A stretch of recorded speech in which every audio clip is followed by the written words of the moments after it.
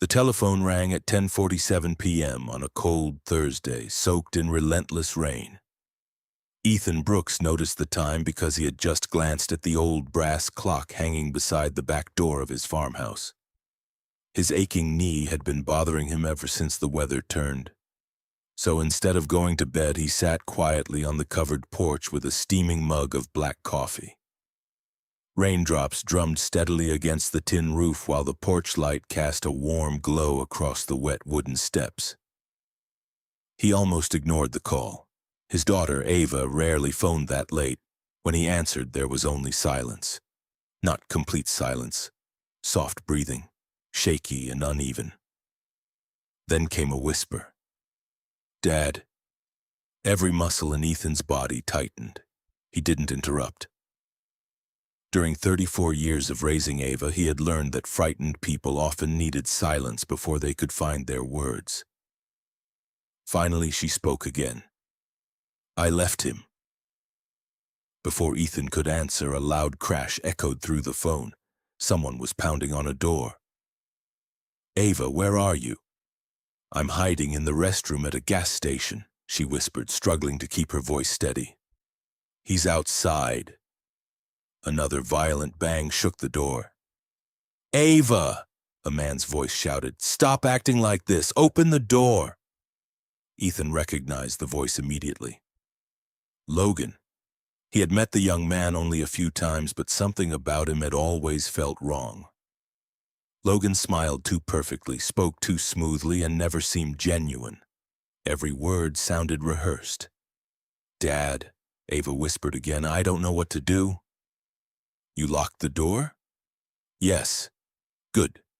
Another hard slam rattled the bathroom. Ethan forced himself to stay calm, even though his heart was hammering.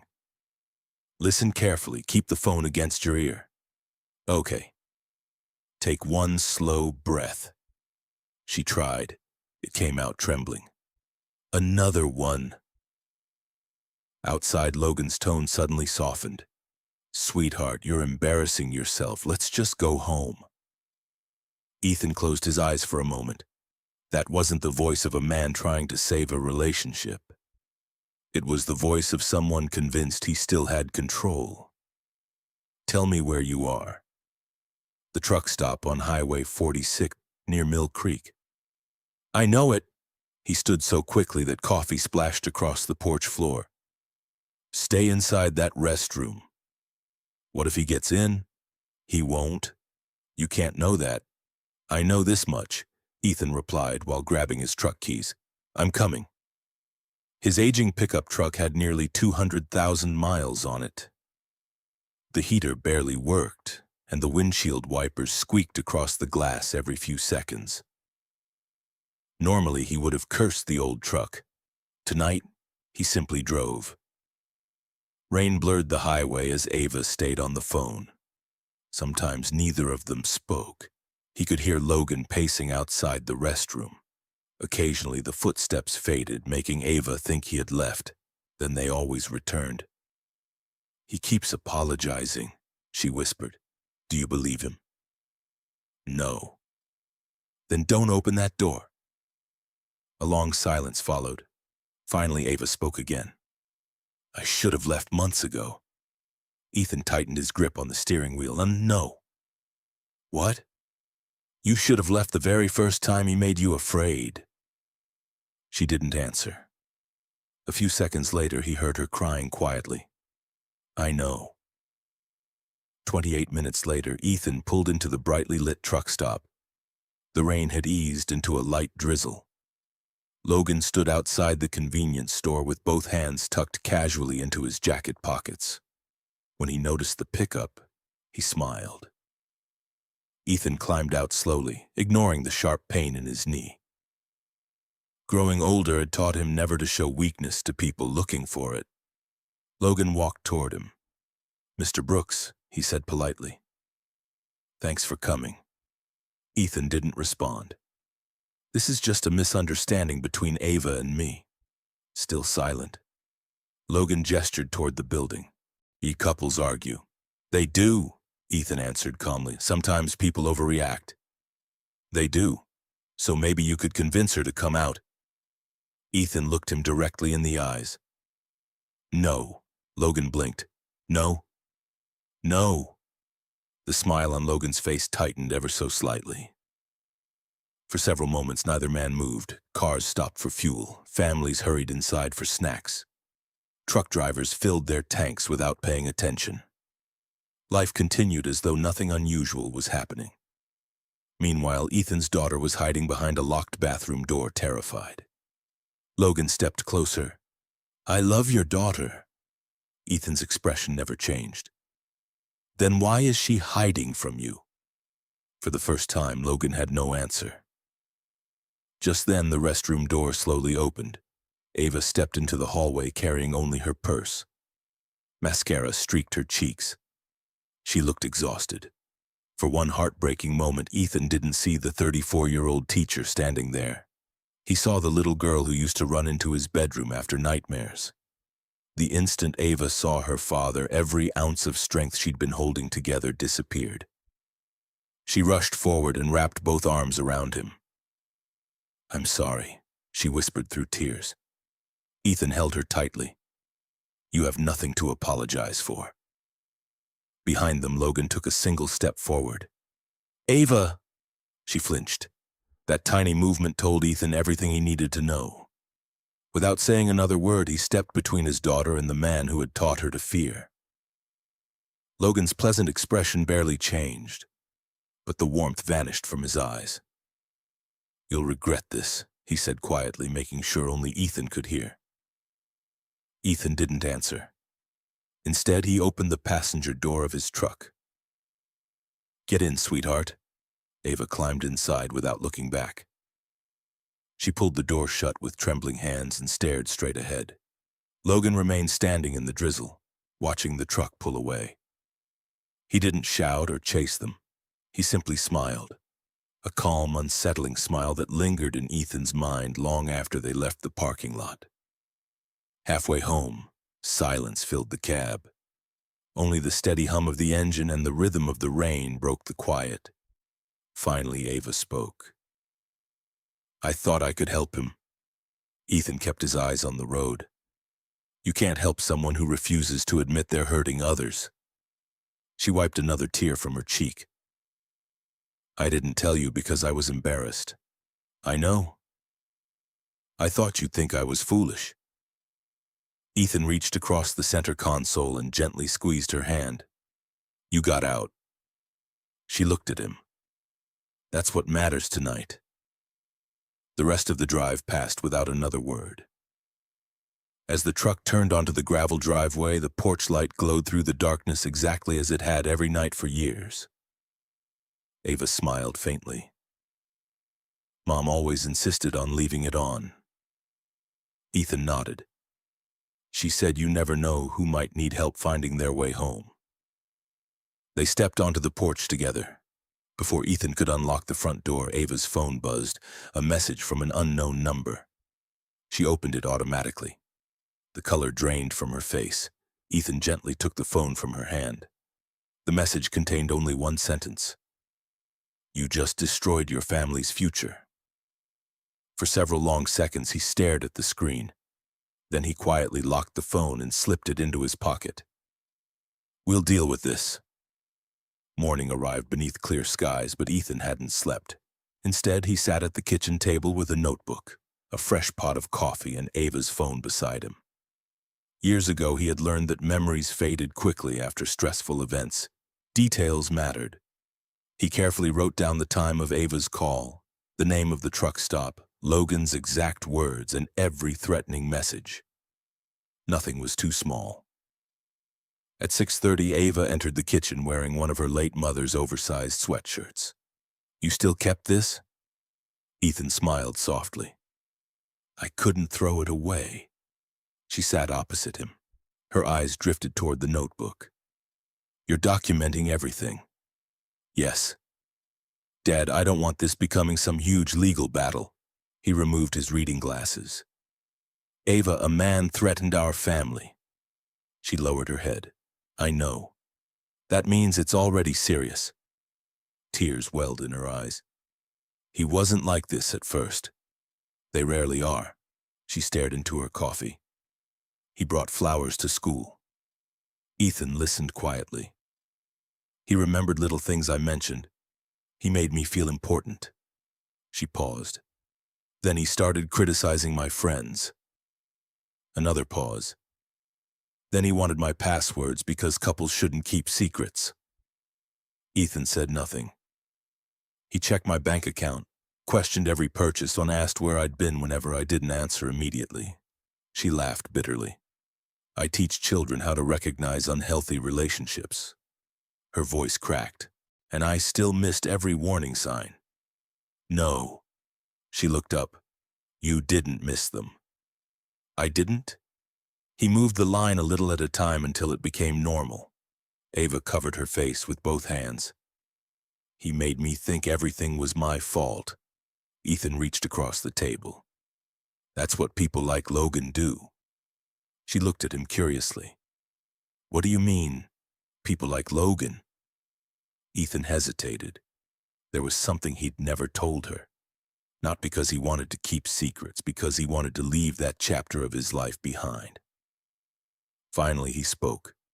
For 30 years, I worked as a federal investigator. Ava blinked. I thought you handled courthouse security.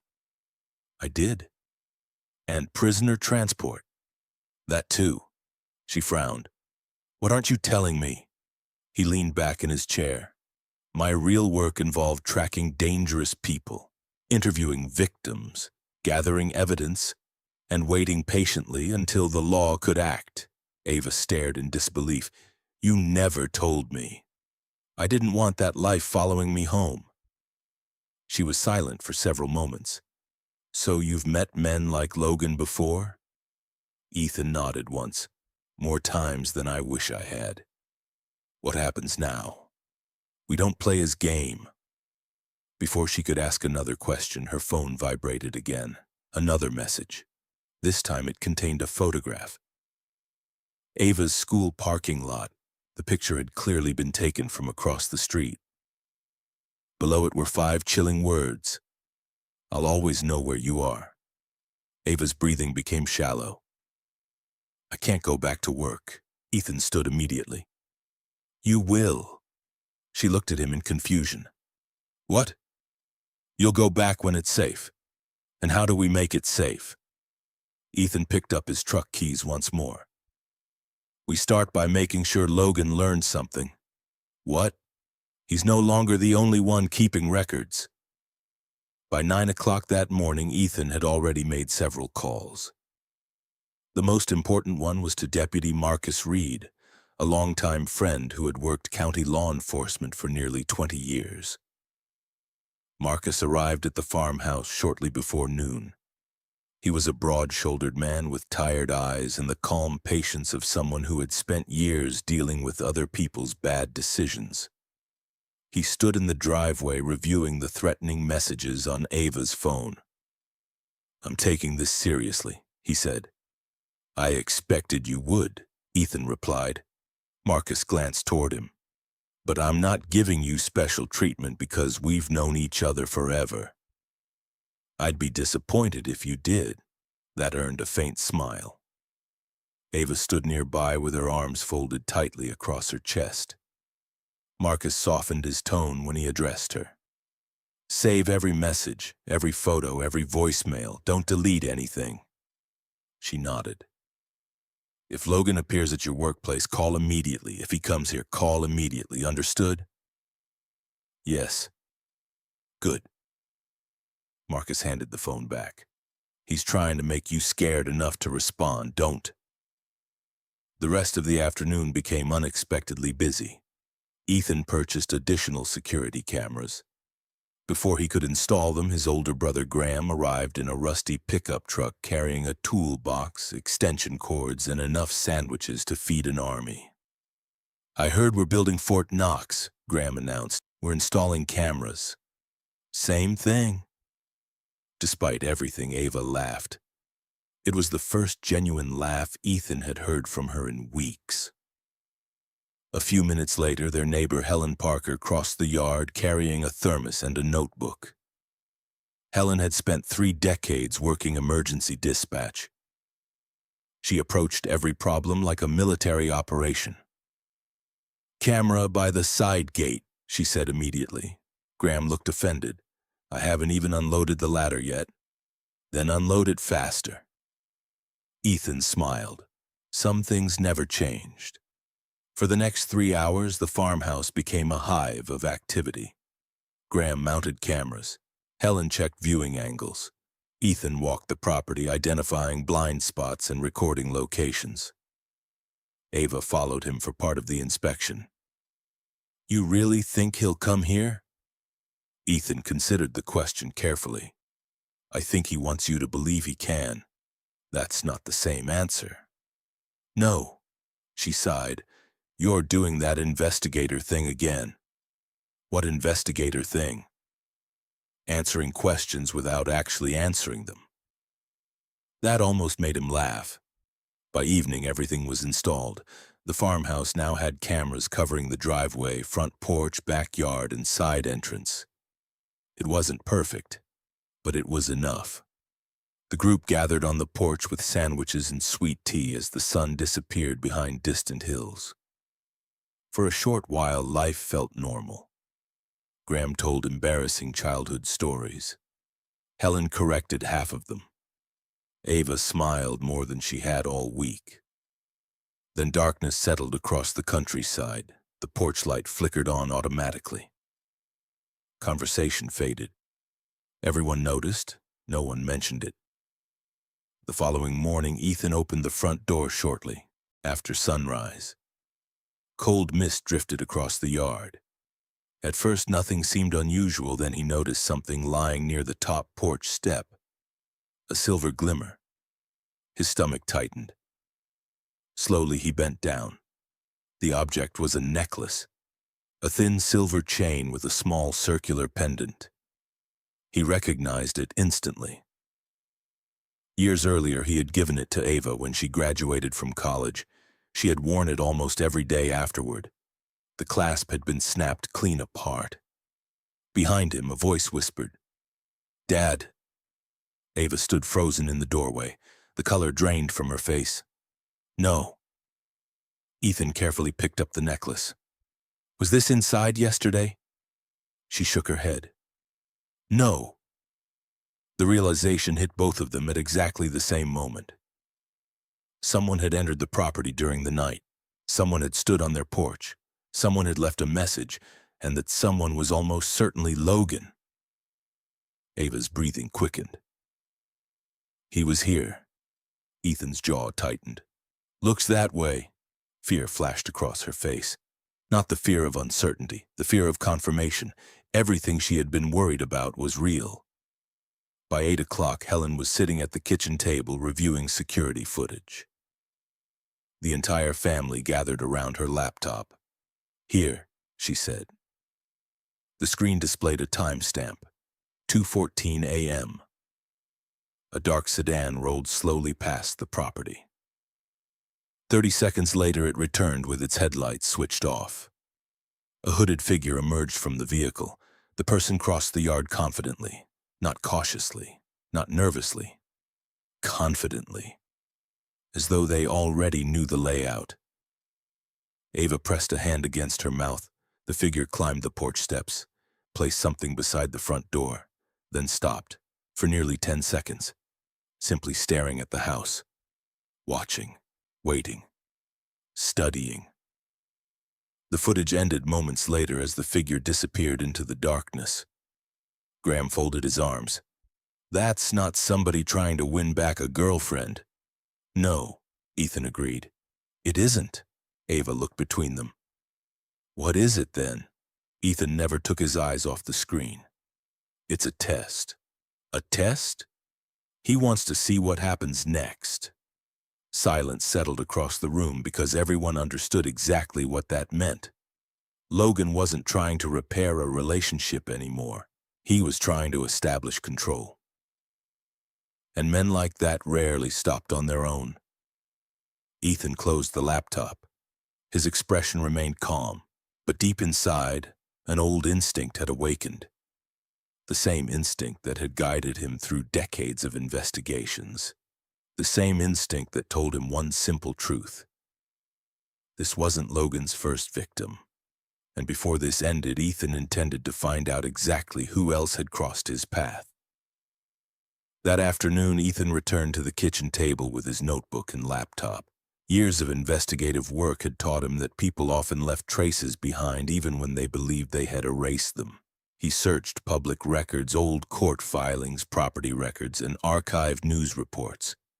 Most of the results led nowhere. Then one name appeared. Rachel Hayes. 4 years earlier, she had filed for a protective order against Logan. The case had been dismissed. Dismissed didn't necessarily mean false. Sometimes it simply meant the victim had become too frightened to continue. Ethan compared addresses. Rachel had once lived only a few streets away from one of Logan's former apartments. It wasn't proof, but it was enough to ask questions. Helen managed to locate an old phone number connected to Rachel's cleaning business. Ethan stared at the number for a long moment. Ava noticed. "You're thinking about calling her." "I am." "What if she doesn't want to talk?" "Then we respect that." He sent a short text instead. "My name is Ethan Brooks. My daughter recently left Logan. I found your name through public court records. If I'm mistaken, I sincerely apologize. If not, your experience may help protect someone else." Several minutes passed. Nothing. Then the phone vibrated. "Is your daughter safe right now?" Ethan looked at Ava. "She wants to know if you're safe." "I'm here," he replied. "Yes, she's with family." The response came almost immediately. "Tomorrow, 10 o'clock, Maple Grove Cafe. Bring another woman. I don't meet strange men alone." Helen nodded. "Smart decision. So we'll go together."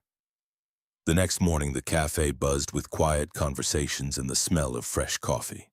Rachel arrived a few minutes late. She appeared to be in her early 40s, wearing a green raincoat despite the sunshine. Before approaching their table, she carefully scanned the room. Only after confirming every exit did she sit down. She looked directly at Ava. "Did he ask for your passwords?" Ava's eyes widened. "Yes." Rachel nodded sadly. "I thought so." She wrapped both hands around her untouched coffee cup. "At first he was wonderful," Ava whispered. "He was." Rachel continued. He remembered birthdays. Surprised me with gifts. Made me feel like I was the only person in the world." She forced a weak smile. "Then little things changed." "What kind of things?" Ava asked. "He questioned my friends."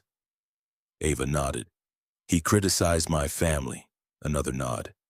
"He said nobody understood me except him." Tears filled Ava's eyes. Rachel reached across the table and gently squeezed her hand. "He always starts the same way."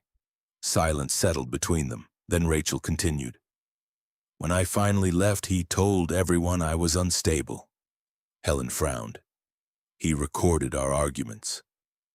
Ethan listened without interrupting, but he only kept the parts that made me sound angry. Ava lowered her head. "He did the same thing to me." Rachel nodded. "I know. He sent pictures of places I'd been." Rachel's expression darkened. "He photographed my mother's house." The table fell silent. No one needed to explain how frightening that was. When they returned home later that afternoon, Ethan felt more certain than ever. Logan followed a pattern. He didn't lose control. He planned it. That evening, just before sunset, another car drove slowly past the farmhouse, a dark sedan. Ava stiffened immediately. "It's him."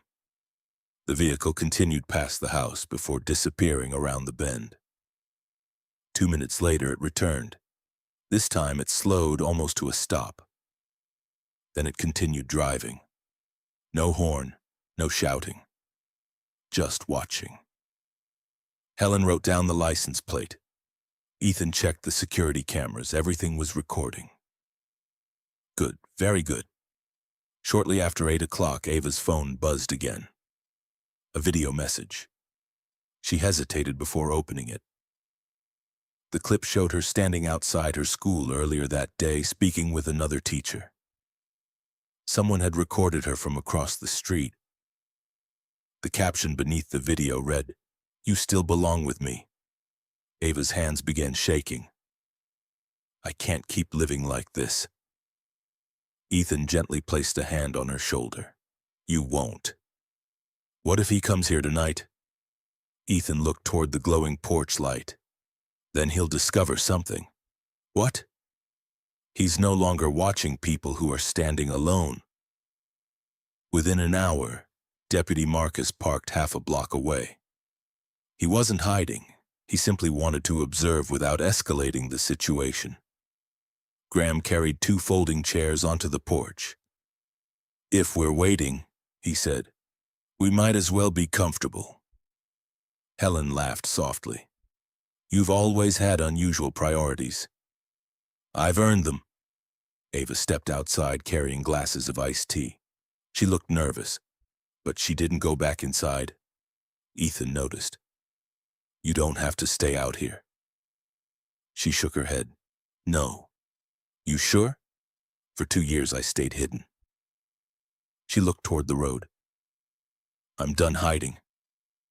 Ethan smiled proudly. Before he could answer, headlights appeared at the far end of the street. A dark sedan, moving slowly, coming straight toward the farmhouse. The vehicle stopped at the edge of the driveway. Its engine continued idling. For several long seconds, nobody stepped out. Then the driver's door opened. Logan emerged. Calm, well-dressed, holding his phone upright, recording everything. Without saying a word, Ethan rose from his chair. The confrontation he had been expecting was finally about to begin. The quiet street seemed to hold its breath as Logan stepped out of his sedan. Dressed in pressed jeans and a crisp button-down shirt, he looked more like a man attending a neighborhood gathering than someone accused of stalking and intimidation. His phone was already recording, and the confident smile on his face suggested he believed he was about to prove himself the victim. "Evening," he called. No one answered. He walked slowly toward the porch, keeping the camera pointed at Ethan and everyone standing nearby. "Look at this," he said loudly into his phone. "Her father has gathered the whole neighborhood to threaten me." Graham leaned back in his folding chair. "Son," he said calmly, "I've had hip surgery that scared me more than you." A few quiet smiles appeared, but no one moved. Logan ignored the remark. His eyes settled on Ava. "Ava, let's talk, just 5 minutes." She stood beside the front door, her hands trembling slightly, but her voice remained steady. "I've already said everything I needed to say." "You don't mean that." "I do." Logan took another step toward the porch. Ethan finally spoke. "You've been asked to leave. I'm only trying to save my relationship." "No," Ethan replied. "You're trying to control someone who chose to leave." For the first time, Logan's smile weakened. "You don't know what happened between us." "I know enough." "You've poisoned her against me." Ethan shook his head. "No, your own actions did that." Logan climbed onto the first porch step. "I deserve a chance to explain." "No." He climbed another step. "You can't keep her from me. You are trespassing." At that moment, Deputy Marcus walked calmly from his patrol vehicle toward the house. "I've been listening the whole time," he said. Logan turned quickly. "Perfect, officer. This family has been harassing me." Marcus remained expressionless. "Have they threatened you?" "They're trying to ruin my life." Marcus looked at Ethan. "Anything you'd like to add?" Ethan reached into his shirt pocket and removed a small flash drive. "I'd like you to hear the complete recording." Logan's expression changed instantly. "What recording?" "The one you edited." Helen connected the flash drive to her laptop. Moments later, audio filled the porch. At first, it sounded exactly like the clip Logan had shared online. Ethan's voice. Logan's voice. Then the recording continued beyond the point where Logan's version had ended. Everyone heard Logan repeatedly provoking Ethan. "Come on," the recording played. "Say something angry." Then Ethan's calm reply followed. "My way is simple. Every report, every camera, every legal option available." Silence spread across the porch. Marcus looked at Logan. "The recording you presented wasn't complete." I didn't change anything." Helen played another section. Logan's own voice could clearly be heard saying, "That should be enough." His face lost all color. Just then another vehicle stopped beside the road. Rachel stepped out carrying a folder. "I'd like to give my statement," she said. She calmly described the same manipulation, the same threats, the same pattern of control she had experienced years earlier. Every detail matched Ava's story. Marcus quietly closed his notebook.